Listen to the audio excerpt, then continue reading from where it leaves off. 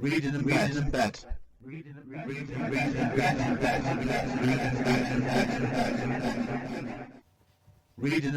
bed.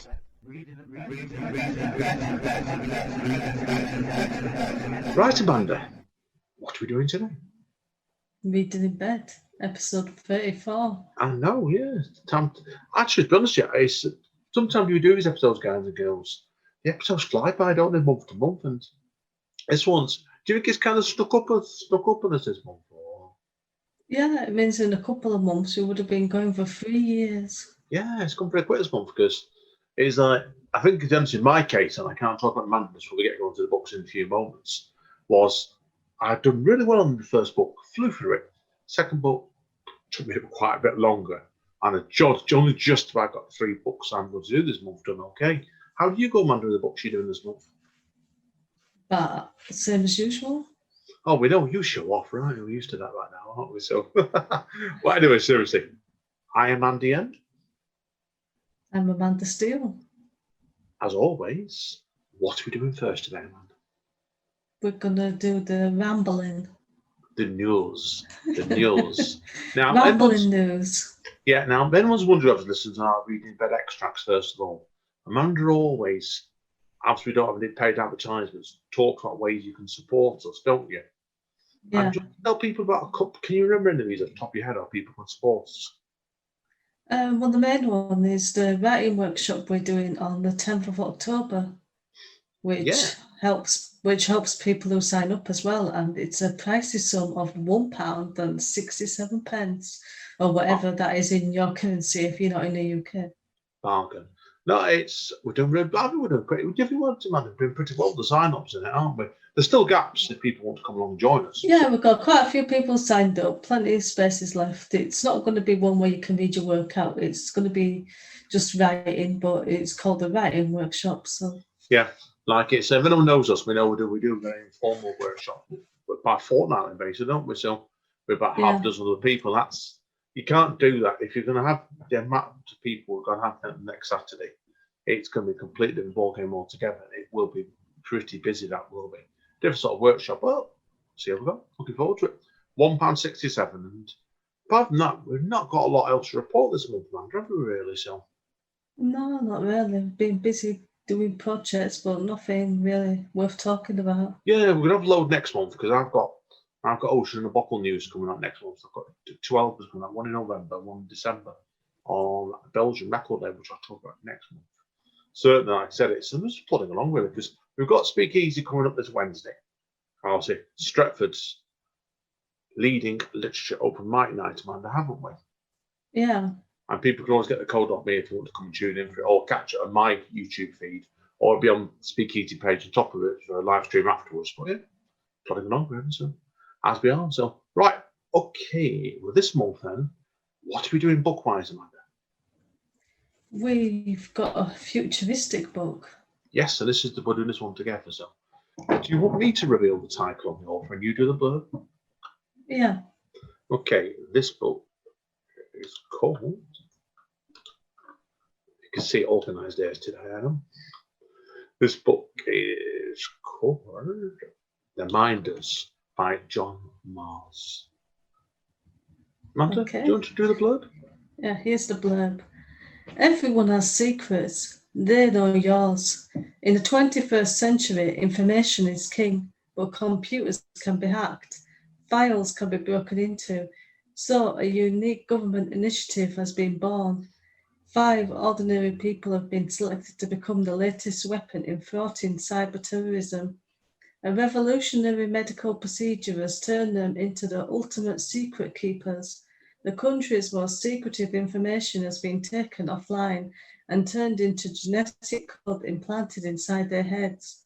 Together, the 5 know every secret, the truth behind every government, fat lie, conspiracy theory, and cover-up. Only somebody has discovered who the secret keepers are, and one by one have been hunted down. Yeah. Now, I don't know what you did with this book, Amanda Richards. I know you knew about this book before me, didn't you, straight away? I can't remember where I saw it. Yeah, you knew about it Friday. You told me you had another book out. Now, obviously, And everyone's wondering who John Miles is. Was it last year, wasn't it, Amanda? We reviewed his previous book, The Passengers. Yeah. Yeah, and it turns out I've also read another of his book called The Wrong Sons, but that's more of a straightforward thriller rather than a futuristic thriller. Yeah, I don't think you were as keen on that one, were you? I seem to recall. I can't remember. I know I've reviewed it on a previous episode, but if anyone's got time to waste going through and trying to find it, I don't know where it is. I don't remember that one, so fortunately. So this case here, I don't know what you did this, Amanda. I didn't read the blurb because I just went. Sometimes I do this books we get. Sometimes I just jump into the book. This book, I didn't read any blurb. I thought, right, we enjoyed Passengers. I jumped straight into it, and it caught me out because it didn't. When they first went on to, in a roundabout way, started off, was talking to the sequel to The Passengers, which I think it is in a way, isn't it? I don't think it's a sequel. I think it's kind of set in that kind of domain because it has references to the cars and the test that you get for the to find out your match, which is the one which we haven't read yet, which is going to be made into a Netflix show. Yeah, when's that out? Is it out reasonably soon, isn't it? Sometime this year. I'm wondering if it's been delayed since everything's been delayed. Yeah, like I said, it was like you correctly said we've both not read the one or seen the TV series. Certainly, we've both read the Passengers, and it's in the same world. And I'd possibly call it a sequel for that. But it's quite a different. Do you think it's quite a different book, really? This one. I don't know really. I've not read it, so I don't know. So, but this book, different to the one. This book totally compares to The Passengers. Not really, no, because it just feels like it could all be part of that, even though you don't come across any same characters.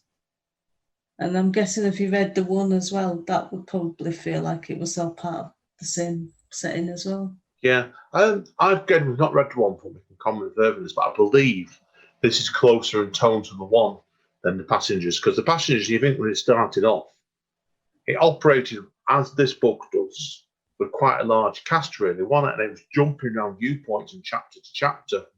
But obviously, The Passengers was really started off at a real juggernaut pace, and it didn't really drop, did it? No. I think this was a much slower book, really. That's why. But no, it was interesting. Anyway, so Amanda, Charlotte Scrempson, what did you like about the book? I like the fact that it's set in the UK because there's so many of these types of books and they're always in America, and I just feel a bit distanced from them because I can't relate to a lot of the things that are mentioned and the way people live and stuff like that. Yeah, I think it was nice. And there was a fair chunk of the book in central Manchester as well, wasn't it, with the character Charlie? And I felt do you remember we reviewed a thriller book relatively recently, didn't we? Who we're not going to name. And I didn't feel that book was set, even though that Manchester book was a Manchester writer, I didn't feel it was Manchester. In the chapters in this book featuring Charlie, for example, I felt you could get the writer, Mr. Miles, obviously knew Manchester. I felt he got to grips with the area. And that gave me confidence then in the other areas and the other ones that I didn't necessarily know. Like he obviously knew what he was writing about. That was good to me. So yeah, I thought the characters were really well written as well. I know they're mostly unlikable, but there's nothing to say that you have to have likable characters in your book. No. As long as you can bring them to life and make them feel real. I think that's the more important than making them likable. Yeah, I do as well. I've got a sentence or two wrote down, man, about each character. Should I read them out so people know how he's playing around with things? Yeah. I've got Flick, who's a former restaurant owner whose life has turned upside down once she found out who a DNA match was. And you've got Charlie, a depressed guy with anxiety who felt he's been left behind by his friends as he went on to find the DNA matches and he didn't. You've got Sinead, a woman in an emotionally abusive and controlling relationship who lost all of her confidence. Emily woke up with amnesia and was taken on by her husband, but the thing is, she has no memory of him. And Bruno, a single father with an autistic son, lost his wife in a terrorist attack.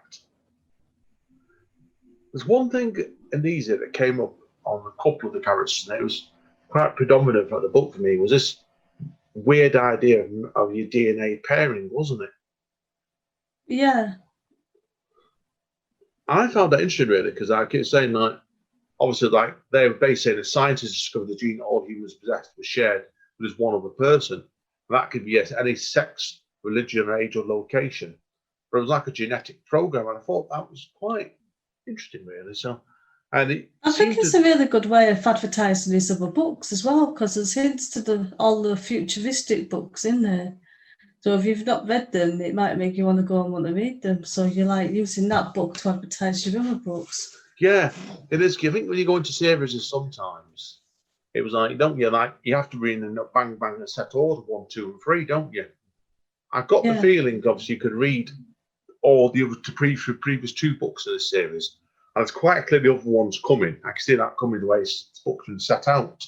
But you can read them in any order. I mean, that's good writing, really, don't you? So, Yeah. what else did you like about the book, Amanda? I always like these futuristic things anyway, so I preferred this to the sort of more straightforward filler books that he's got out. Yeah, that's fair enough. I think as well, if you can relate to it, you don't necessarily like the characters. I think it's fair enough. I've got comments. I'll come on to the weaknesses in a minute. But is there anything else you want to say about the strengths of Andrew? No, I think that's everything that I've covered. Okay, what didn't you like about the book?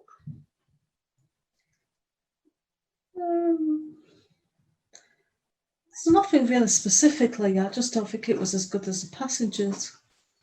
Yeah, same for me, really, because I think I found it, and it's not a major criticism. It's not.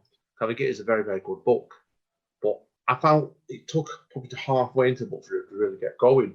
The pacing was a lot slower in this book, and I think that was deliberate because The Passenger itself started off with basic things going absolutely mental, didn't they? They didn't drop the pace until that last chapter or 2. This one, it probably took to the last couple of chapters for it really just get exploded. And when it did explode, it was 20%, which is fair enough. That's what I thought. I really enjoyed it. It was really built. It built up very, very slow. But what do you I think if you start off with a really good book as well, like we did with The Passengers, then you kind of have that level of expectation as well. So then you expect it more from the next book that you read. Yeah. Which may not be as good. So, yeah. I think what this book lacked was, unlike Passengers, you had a couple of men, you had 2, at least you had Passengers, you had a couple of characters you actually been rooting for, weren't you? Even when one of them turned out to be a rat, but his heart was in the right place, and obviously the main central character, the heart of the story. This one, I think when even doing the 5 separate storylines, and they didn't really cross over that much, I found it very hard to root for the characters, because when someone started dying, you weren't that upset, were you, in places? Well, I don't know. It depends how sadistic you are, really, doesn't it? Yeah, but you know what I mean? Like, so if you'd actually cared for the characters more, yeah. as I'm saying, like, I didn't feel sympathy for a good few of the characters in that. Yeah, but I've had books where I've read where I've actually been wanting the characters to die, like I'm been thinking, oh, I hope somebody comes along and kills them. So I don't think it was quite to the point with this one where I was hoping for them to die. But when they did die, it was like, oh, okay. Yeah. No, I think it's fair. That's fair point. Fair point. So, is there anything else you want to say about the weaknesses, Amanda? No. No, I said it's. I think we both think realism, Amanda, can't we? This is just one of these books that was just a good book, really, wasn't it? Yeah. That possibly I think rather than a great book. If I'd read it without The Passengers as well, I might have thought more of it because you've got that expectation in your head. Yeah, it does make you wonder, and we'd have to look at the one sometime for reading in bed. What would have done if they'd read the one first, read it in order? So, yeah, we'll see. So, anyway, should we give that a mark? Yeah, I'm going to give it an 8 out of 10. I'll agree with you. I give it an 8 as well, to be honest with yourself. As a recommendation, definitely. So, just don't think personally that I just didn't enjoy it as much as The Passengers, but it's still a good read. Right, guys and girls, that's the end of part 1, isn't it, Amanda? Yeah. Yeah, and when we come back, I don't know what Amanda's going to be doing today. So, any hints about your first solo book for the second part? I suppose you just need to know. Oh, blimey, one of them, is it? As you can see, she's been very helpful to them, hinting and stuff, so I'm used to that. Right, stay safe, guys. Say bye, Amanda. Bye. See you all soon, guys. Reading and bet. Reading and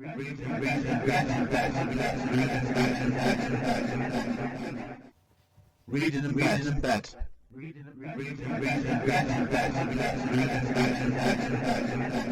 Hi, guys. Okay, on to part 2 today. 2 out of 5, of course. So it's like a boxing match, Amanda. Round 2 out of 5 now, isn't it? Yeah, round 2. Ding Ding ding. dong, ding dong. Now, this is Amanda's first solo book this month, and I don't actually know what she's reading, so that's the mystery for me today as well. So, do you want to tell us what the first book, so your first solo book is called, Amanda? It's called The Curse of Knowing by Aldo Cernuto. Oh, now this guy, anybody reading bed extracts, you've done an extract in this one, haven't you? Yeah, I've also guested on one of the same podcasts as him as well. Right, so Not at the same time. how did you find out about this book, first of all?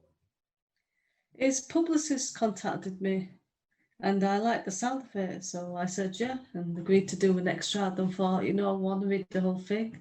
And they'd offered me a copy of the book, so we'll review the book as well. Sounds good to me. Okay then, that's been the case, Amanda. Then. Do you want to read the blurb out then, please? Okay. Vittorio Ameri, a humble worker at a ministry in Rome, has the ability to access people's lives, their pasts, their thoughts and feelings, and especially their tragic memories. Others would call it a superpower, but to her it's a curse. It's a source of such misery for her. But she's now desperate to die, possibly at the hands of a murderer. But while she recalls her youth and the events that brought her to this point, something unexpected occurs. Something that not even Vittoria, with all her eerie savviness, could possibly have foreseen. Oh, okay then. Go for the. I'm sorry, I said weaknesses then, just to confuse you. Give us the strengths first of all, Amanda. Sorry about that. Okay, so the thing I have to say about this book first is I'm really impressed because the guy that's written it, I think he's Italian, so obviously that's his first language. And it's really good. It's well written. Sometimes you'd read it and you'd think, well, that's not translated right. And it's like if you turned around and asked me to write a book in Italian, it'd make even less sense than the books I've already written. Yeah, again, I'll get you completely with that. So fascinating. So okay then, that been the case then. I can ask you, did he translate the book himself, or was it somebody else did it? It says in the afterwards something about him writing a book in English, which is not his first language. So I'm assuming that means that he's done the translation himself. Ah, right. So I mean, even more impressive than the man who's done it himself. Then, so cool. Yeah. So this is probably one of the weaknesses, but I don't think it is a weakness anyway. But there's a few bits where the dialogue didn't sound quite right, and I thought, is that translated properly? But I think it's just the way the characters talk rather than he's translated it wrong. Okay, well tell us about the pacing of the book then, and the characters. Well, it starts off with the main character, Vittoria, and she's sitting on a park bench and she's watching this guy who she knows is a murderer because she can read people's minds, and she's wondering if she can somehow find a way to get him to kill her. So for the first part of the book, she's just like trying to find a murderer to kill her. I mean, that's eye-opening, that's for sure. Cool. Because she doesn't want to do it herself for various reasons. I suppose the main thing is maybe it's easier to get someone to kill you than it is to do it yourself, because you could stop at any minute and, once the killer starts killing you, it's not like you can say, well, actually, Mr. Killer, I've changed my mind now. Love it. You know to open people's eyes up there, don't you?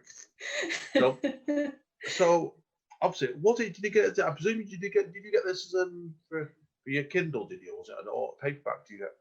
No, I got a paperback book. How big a book was it? Was it quite a hefty book then? Was it? About 200 and something pages, so it wasn't too bad really. It was a nice size. I think it could have gone on a bit longer than it did, but I suppose it's better to be too short than too long. Oh yeah, completely. Sometimes we've both read enough books before now, and we've said it on here. But books have gone on for 100 or 150 pages too long, haven't they? So Yeah. just wrapped out. Oh, cool. So is there anything else you want to talk about? The strengths of the book? Yeah, there's some really good character development. I think it'd be a bit depressing if it was just the whole book spent just trying to find someone to kill her the whole time. Yeah. I mean, I can't really say what happens because I don't want to ruin anything, but it felt a bit like a fairy tale in a way, with like the redemption and like possibly a happy ending. I'm not going to say. No, we'll keep that as spoilers. If people are interested, look at it. Oh, cool. Okay, now what is it about the book that you didn't really like? There's not too much really. There was just a few, but I don't. It's not that I dislike them. It's just that it's sort of stalled it a little bit for me because I was wondering if it translated badly. But I honestly think it was just the way the characters talk. Yeah, and I get you completely with that. So it's just the way. Yeah, and I get you completely with that. So most of all, I said, and the good thing is that you said the book, at least it now stays welcome from them. We did it really, so I think that's important. The book frequently. So good. Okay, is there anything else you need to say about the book before we get onto the markings? Well, yeah, he's writing it from the woman's point of view, from Victoria, and obviously he's a man. So I think he's done a fairly good job. Because as you know, I'm on a Twitter. I follow a Twitter page called Men Writing Women, and there's some awful stuff gets posted on there. So compared to some of the stuff that I've read on there, he's written it really well from a woman's point of view. She's quite vain, but I suppose there are some characters that are vain. Yeah, but I can not get completely that. Cool. Good stuff. Good stuff. And good to me, Amanda. Okay, then. That being the case, then. Right, well, should we get on to markings? Yeah. Okay. I'm going to give it a 9.5 out of 10. And I think it's got the potential to do well as long as it gets the publicity that it deserves. Now, why? What lost you the half mark? Just a slight thing with the dialogue. Even though I think it's genuinely how they talk, it's just it was just a little bit strange. There was just a couple of things with the characters said, and it just felt that's a bit strange way to react. No, fair play. So 9 out of 10, guys, is excellent for our standards. So it's definitely a recommendation. So check it out. And also check out Reading in Bed Extracts. So that was done. Just double check on our Bandcamp page when we did that. You did that one relatively recently, Amanda, didn't you? A month or so ago, I think. It was maybe a bit longer. Yeah, it was episode number 5 of Reading in Bed Extracts, The Curse of Knowing. And I'll tell you when that came out, so I must have backtracked roughly. It came out on the 6th of August, Amanda. Oh, so, yeah. It's gone fast since then. Yeah, it's gone from like you've done. That was number 5. We've done 1, 2, 3, 4, 5. We've done 6 more of your extracts, Amanda. Apart from that, I know there's more to come out soon as well. So we've done 6. So I enjoy doing those, but I think that was one of my favourites. Cool. So, guys, you can tell from the markings, go. So, right, guys, girls. Quick break, and then we're dipping back into history. Oh, back in time. Yeah, when a major literature character gets haunted. See you all soon. Stay safe. Bye. Reading in bed.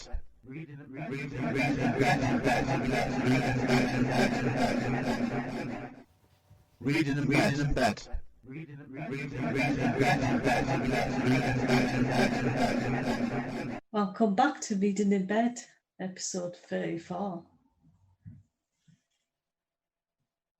Oh, it's me. Been shy now. Is it? Yeah, it's me. Yeah.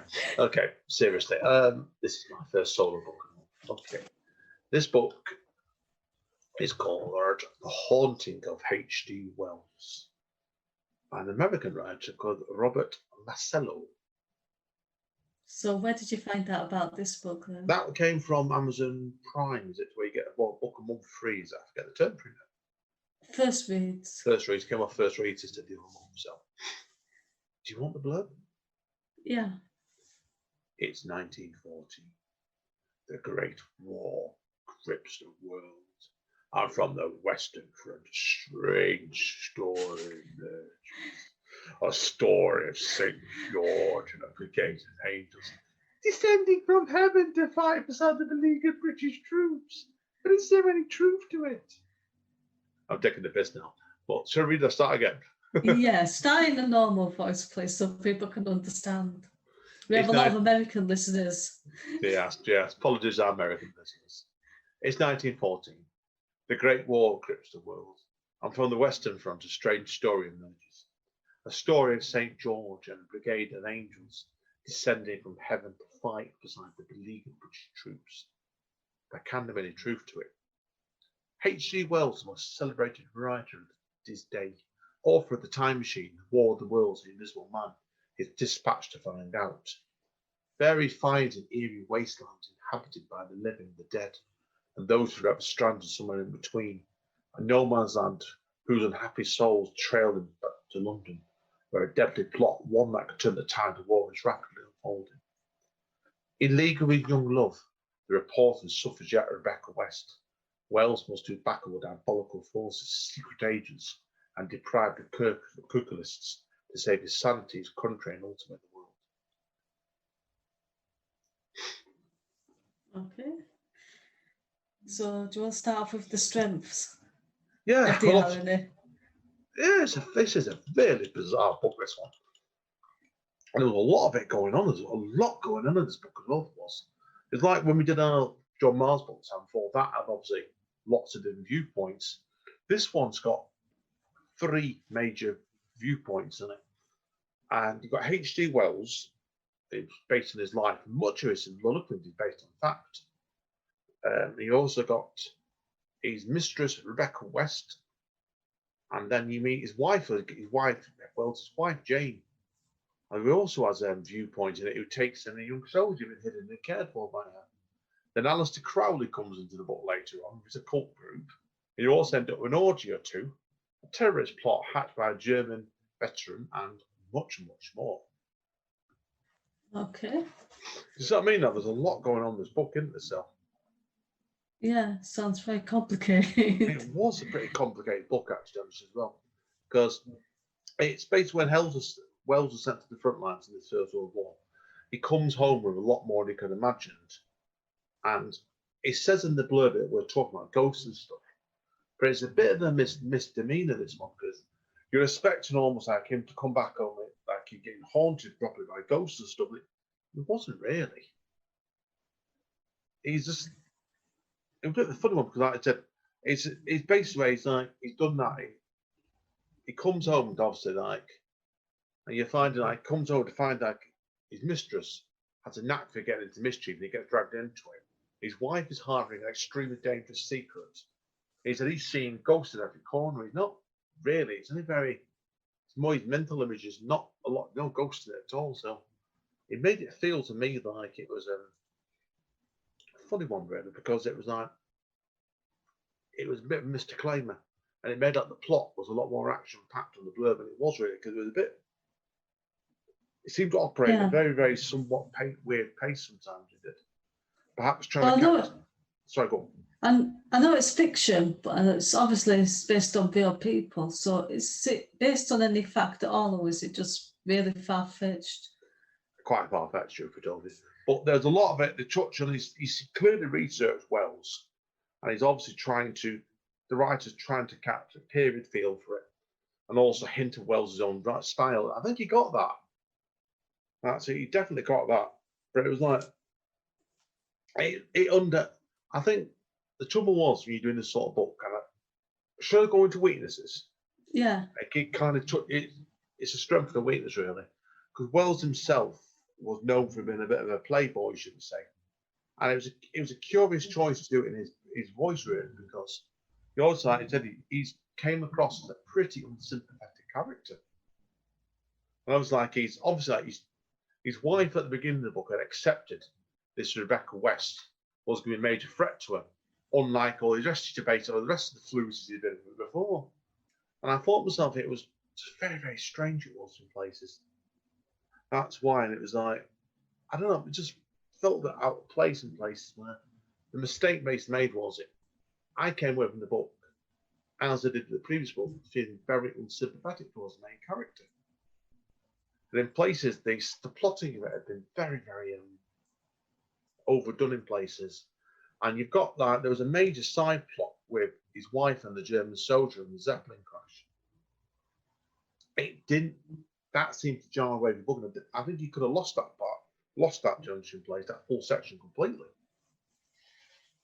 But I mean, it's just, you know what I mean? It's just very, very strange. And there was parts in the book you could tell you hadn't these researched properly as well. Because there was constant references in this one to, he couldn't seem to comprehend the difference between British and English. And obviously, like it said, it was constantly getting things in English version with British. And then it seemed to get like, it kept repeatedly saying St. George is the patron saint of Britain rather than just England. Yeah. There's little things like that that undermined the book. And if you'd done his research properly, it could have been a really good book, but it was the most bizarre book I've read in the first read. It's not that, so some distance, I'll say that for it.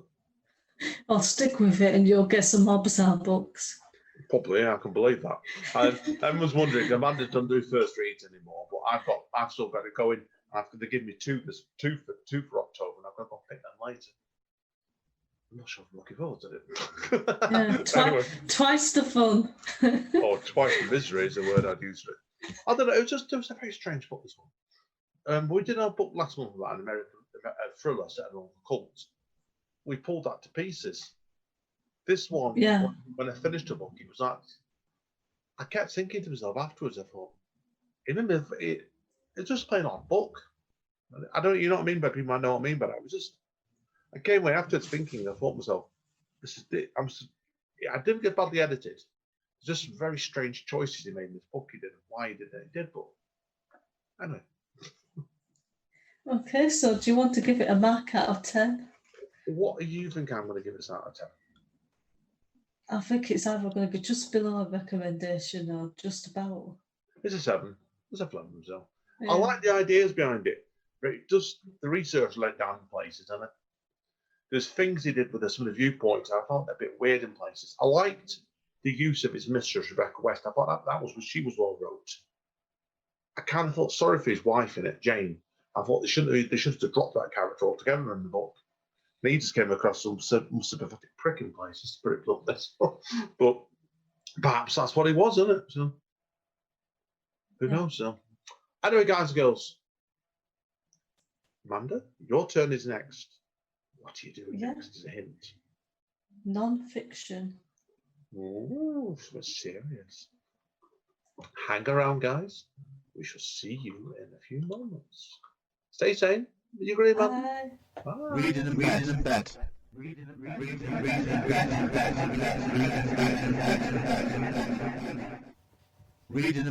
bet.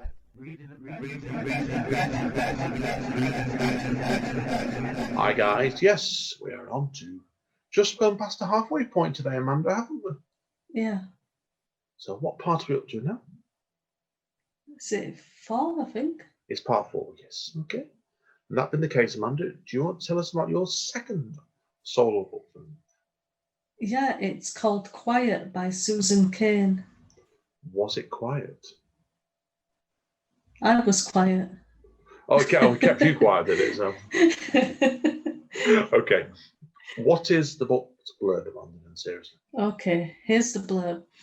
In Quiet, the international bestseller Susan Cain shows how the brain chemistry of introverts and extroverts differs and how society misunderstands and undervalues introverts. She gives introverts the tools to better understand themselves and take full advantage of their strength. Passionately argued, superbly researched and filled with real stories, Quiet will permanently change how we see introverts and how you see yourself. That's a curious book. What made you want to go with this book then? I can't remember where I actually saw it. I think it's been on my Kindle for a while now.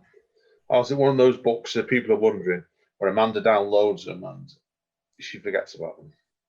Yeah, this book was published in 2012. I don't think it's been on my Kindle quite that long, but it has been on for possibly a year or two at least. Blimey, right. So was this one of your books you got on first reason? Was it about 80s ago?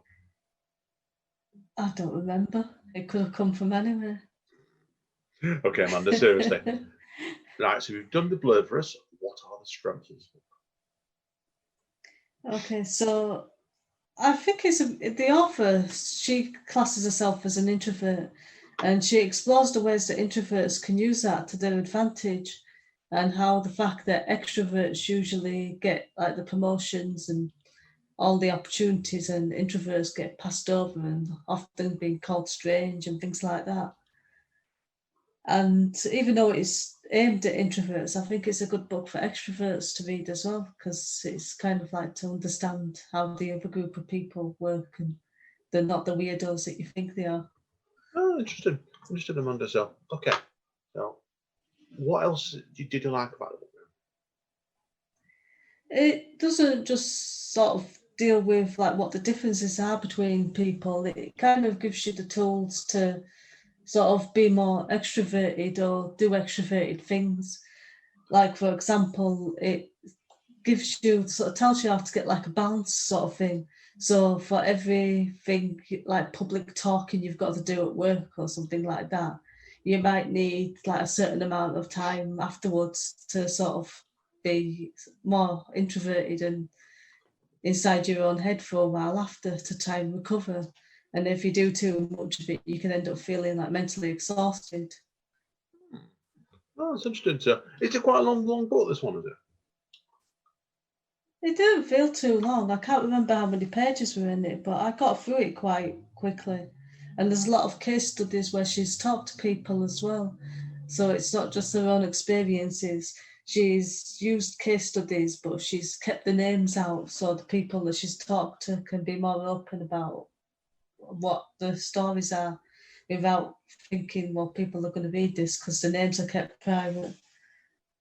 Cool.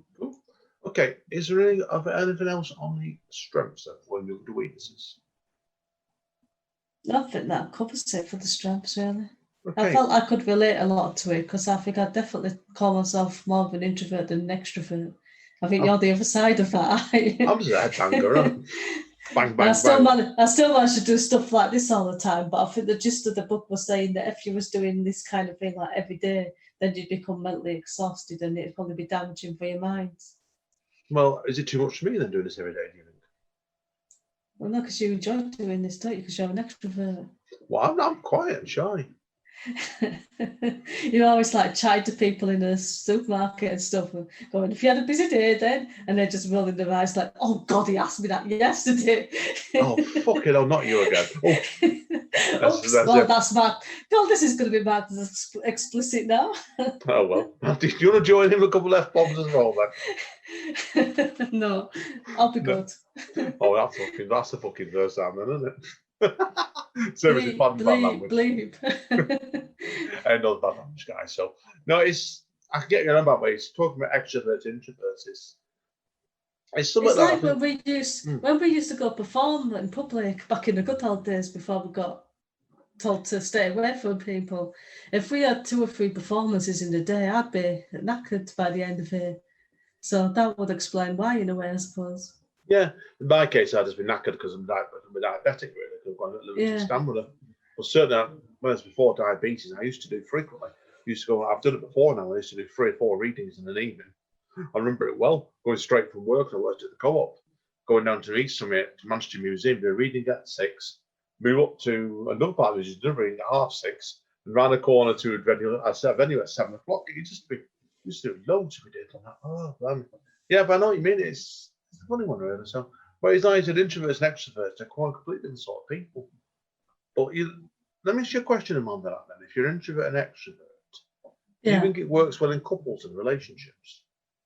I suppose so, yeah, because if I don't feel like speaking to someone about something, I just push it forward and I just go. Oh, that's nice. nice. I remember that. And then if you need somebody to do something that's more thought out and thoughtful, and not just like the first thing that comes out of your mouth, then you'll push me forward and get me to do it. So. What's that? I remember this now. You know, if people notice that, we're a real life couple, then we might be splitting up on the podcast here. Splitting up. Live exclusive breakup. Really nice. And seriously, okay, now there was nothing. I'm gonna have to backtrack now. I forgot. There was nothing else you want to say about this book, Amanda, was it? Seriously. No. Right. Should we get on to the marking then? What are you gonna give it out of 10? I am just scrolling towards my mark. Right, 9 out of 10. Oh, blimey. What made you, okay, now I'll ask you one last question then. What made you not want to give it the extra 1 mark?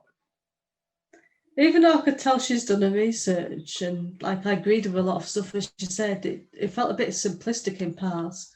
Like saying, oh, well, you need to sort of do a bounce and do some public stuff and then retreat and sort of be inside your own head for a bit. And I think that only works to a point. Like there's a time when maybe 10 years ago when I wouldn't have been able to do the stuff I'm doing now. I think you've just got to reach a point in your life where it means so much to you that you'll go and do it. And reading it in a book saying, well, do some public stuff ain't going to be enough to help you, I don't think. Yeah, I think when you're an introvert sometimes. Okay, let me ask you a question. You've got to be thinking it. Is it possible, in your opinion, for an introvert to become an extrovert? I don't think to become an extrovert, but to do extroverted stuff or stuff that's typically associated with being an extrovert. Yeah, it's because the reason we're asking that question is I found obviously people will notice and we're going to take away from what we normally do now. What we're going to do, I'm going to look at things like we've been dating now, we've known this now for 4 years now. And I can full well remember. Amanda, tell people what you were like when you did my spoken word podcast before we got together. Well, normally you have people read the poetry after the interview, and I didn't want to do that. I recorded it at home and then sent you it in separately to add to the end of the podcast. Yeah, I think that was, you look at things, that's what it's interesting with introvert and extrovert thing. But at that time, Amanda, I think you were terrified, weren't you? Yeah, I think you've just got to learn you can't suddenly change and be extroverted, but you've got to learn certain things to sort of help you to do the things that you need to do. Yes, behaviours basically, looking at life really. So, yeah, and that's why it's like, I talking about this topic, I'm not saying who this was actually. Somebody said this to me recently. I know they thought Amanda was an extrovert as well. I said, I'm not saying who that was. Right? You all know I'm extrovert. I'm doing a good job in that, and I'm pulling it off and convincing people. See, that's why it's interesting. You look at things like that. It's the way you look at the development introvert and extrovert is human nature, where I think it's different sorts of people altogether. That's why I've been interested. So 9 out of 10, cool. Okay, guys and girls, that's all I've got to say about this book. Amanda, have you got anything else you want to say? No, that's it. So you've been shying again now. Yeah, I'm going to hide under the table now. not come back out for the conclusion part, tell you, Amanda. No, but you'll be able to hear me from under the table. It'll be okay. That's what we should be doing. Okay, do you want a hint of me, Amanda? Yeah. We're doing a memoir next part. Oh. Very unusual sort of memoir as well, okay? Yeah, look forward to that. Nice. It's an interesting book, which you all have to hang around to part 5 to catch. So say bye, Amanda. Bye. Read in bed. Read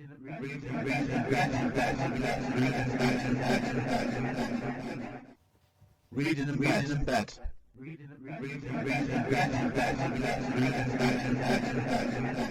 Welcome back to Reading in Bed. Andy's staring at me, so I'm introducing it. And for the benefit of people that are listening and can't see, Andy's pressed his face up against the camera. I look like a serial killer then. It's just revealed his true self. He's a serial killer. He killed all the cornflakes. Who ate all the cereal? Not me today. I had crumpets this morning. Okay, right. Seriously, we're on to part 5 today now, guys. It's the last part for the last one for the month, and it's gone quick as well this today, Amanda, as well, isn't it? Yeah. Now, this one's an autobiography memoir, done as the first part, so it's a graphic novel by a lady called Jude Cowan Montague. and it's called Love on the Isle of Dogs. So Okay, how did you find out about this book? Oh, I've known Jude for about 10 years now, to be honest with you. I met Jude originally when I was touring Ireland with my last band book one, when we did a tour in Ireland in Southern Ireland in 2010. And Jude came along and played some songs and some poetry on the ukulele. She's a great lady because she does a lot of work for Resident FM, which is like an art-based radio station in London. And I've been following this book for a while because she's been working on this book for a couple of years now. And it's her autobiography, it's a graphic novel. And there wasn't actually really a blurb in the back of the book, but this is what a quote what she's read somewhere and it said about the book, okay? Yeah. Do you want to hear it? Yeah. Okay. This is a story about the everyday challenge of becoming a younger parent, getting married and living independently in a London that seems to have vanished. Where I worked in the community arts and felt free and adventurous, and how that closed in. It's a story of severe mental health awareness, of psychosis, living with those problems and surviving in my own way. Most of all, it's a personal love story in which, as we all know, anything can happen. Yeah. So what were the good points of this book then? Right, okay. Like I said before, I met Jude originally about 10 years ago, on tour in Ireland. Yeah. And I've got two of her books of poetry. And she did a young adult fiction book with Young Hitch as well, about young Alfred Hitchcock a few years ago as well. And I've got quite a few of her music albums as well. She's brilliant, absolutely super, really one-off talent, none of which prepared me for this book. Is that fair enough? Okay. Straight away. Yeah. The book itself is incredibly honest and I think quite a frank book. But it's like it's not, you know, when you read comics a lot, Amanda. You've read some comics from me, haven't you? Graphic novel. Yeah. Now, the art in comics for me is movement, not action, movement. Do you get what I mean by that? Moves one point to the other, doesn't it? Yeah. And then this book, this is more like a graphic memoir where Jude has really done. She's actually uses the drawings and then by using text seemingly over the top of it, and it took it in a very different direction. So the drawings were highlighting the text more instead of much more the symmetry you're normally getting like normal graphic novels. It's really interesting, certainly. So now the book itself is set around the background of the changing Isle of Dogs, which is London in the 1990s. Yeah. Jude lived on the Isle of Dogs with her husband in the early 90s, and it was a whirlwind romance and very difficult time for her because she quickly got pregnant. And her husband's mental health began to speedily deteriorate, and the stress included increased, and the knock-on effect, both after the separation, dominated her life to come. Yeah. And do you see what I mean? Like that sort of thing you're talking about, frankly, it's not been an easy book to read, really, is it? No, but I think if you're going to write that kind of book, you've got to kind of reveal everything, or there's no point writing it and just keeping everything else hidden. Yeah, I think she did. She did a really good job on this because she let everything out basically, and you felt by the end of it you really knew her, and it was like it's a brave book to do because I don't know if I could have done it. Could you draw something like that, Amanda? No, I'd be worried about certain people reading it, and I'd end up like cutting things out, and that defeats the whole point of it. Yeah, that's why she's done. That's why I admire her for this, and it's a difficult book to read. There's no two ways about it. It's a very, very difficult book to read, but I liked what she did about it was really good. One point in it is that there was a stylistic change in tone on the first part of the book, which is the graphic novel, because the second part of it, she told an kind of slightly different perspective of it, just in text and about 40 pages of text, which told her like a little novella, and that was quite a different tone.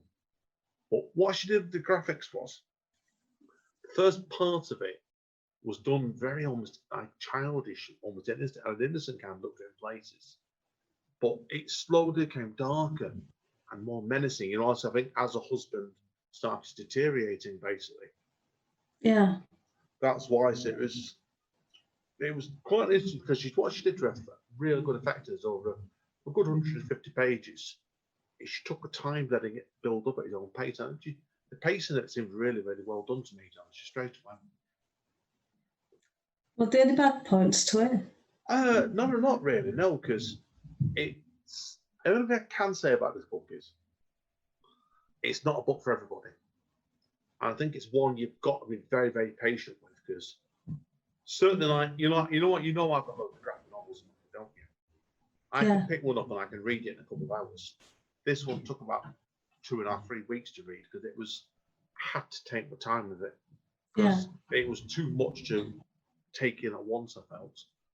And I think it's a book you need to be patient with and let it develop at its own pace. And that's very different from a normal graphic novel. I think it gives it the sort of novel aspect more. So it's very, very interesting. Is there anything more you want to say about it before you give it a mark? Not at all, no. What do you reckon I'm going to give it? It's going to be a recommendation, I think. Let's get a 2 out of 10. Dun, dun, dun. No, I doubt it. Sorry, Jude. You know, I'm going to wind it up, winding the man up. It's getting a 9 out of 10. 9 out of 10. It's been the best book I've read this month. That's definite. Yeah, so it's a recommendation. Yeah. So go and buy it, people. Yeah, she needs lots of sales in this one. And it's a real challenging book. If you want a book that's really going to push you, this is the one for me, this one, definitely. Right, guys and girls, that is the end already of episode 34. Right, Amanda, is there any hints you want to give away for next month? Only that I have no idea what I'm reading next month. So You're not started yet, have you? I thought you had. People are going to be as surprised as I am. I've done one already. I'm going to do an Audible book next month. I'll come on to that, which I've done already. I'll come on to that next time. I've just started reading some non-fiction as well. You want to know what that is, Amanda? Yeah. A book called Seduction. And I've been leaving. It's going to be made explicit again. No, this one's done by Karina Longworth, and she's the host of a fantastic podcast. Because you must remember this, which first got me into podcasting years ago. And her book, it's not her first book either. It's called Seduction: Sex, Lies, and Stardom in Howard Hughes' Hollywood. Okay. That's what I'm really looking forward to, that, because that'll be a good book next month. So I'm going to do that one, but that's quite a lengthy book as well, so it might take a while, this one. So it might be the case next month, everybody. I might be doing an audio book in this one next month. So Amanda doesn't know what she's going to do yet. Keep it. No, it'll be a book. I know that. Or will it be? Who knows? Anyway, seriously, guys and girls, it's been a pleasure as always, hasn't it, Amanda? Yeah. I think. Right, well, say bye, Amanda. Bye. This is Andy saying bye. Stay safe. And you're in, Amanda, stay sane. Well, it's optional. Well, I would say stay safe and stay sane in troubling times, but yeah, it's fair enough. Amanda says stay safe and stay sane is optional. Well, being safe is essential, but staying safe is optional. Sane is optional. That's true. Well, we're going to have the men in white coats arriving for us soon, so we're going to go and hide, haven't we? So, but of course now, as we sometimes do, we're going to have a naughty pleasure now, Amanda, aren't we? Yeah, there's some chocolate calling me in the fridge. Yeah, a big bar of daily milk. So we're going to have that. Stay safe, guys. See you soon. Bye. Read in bed. Read in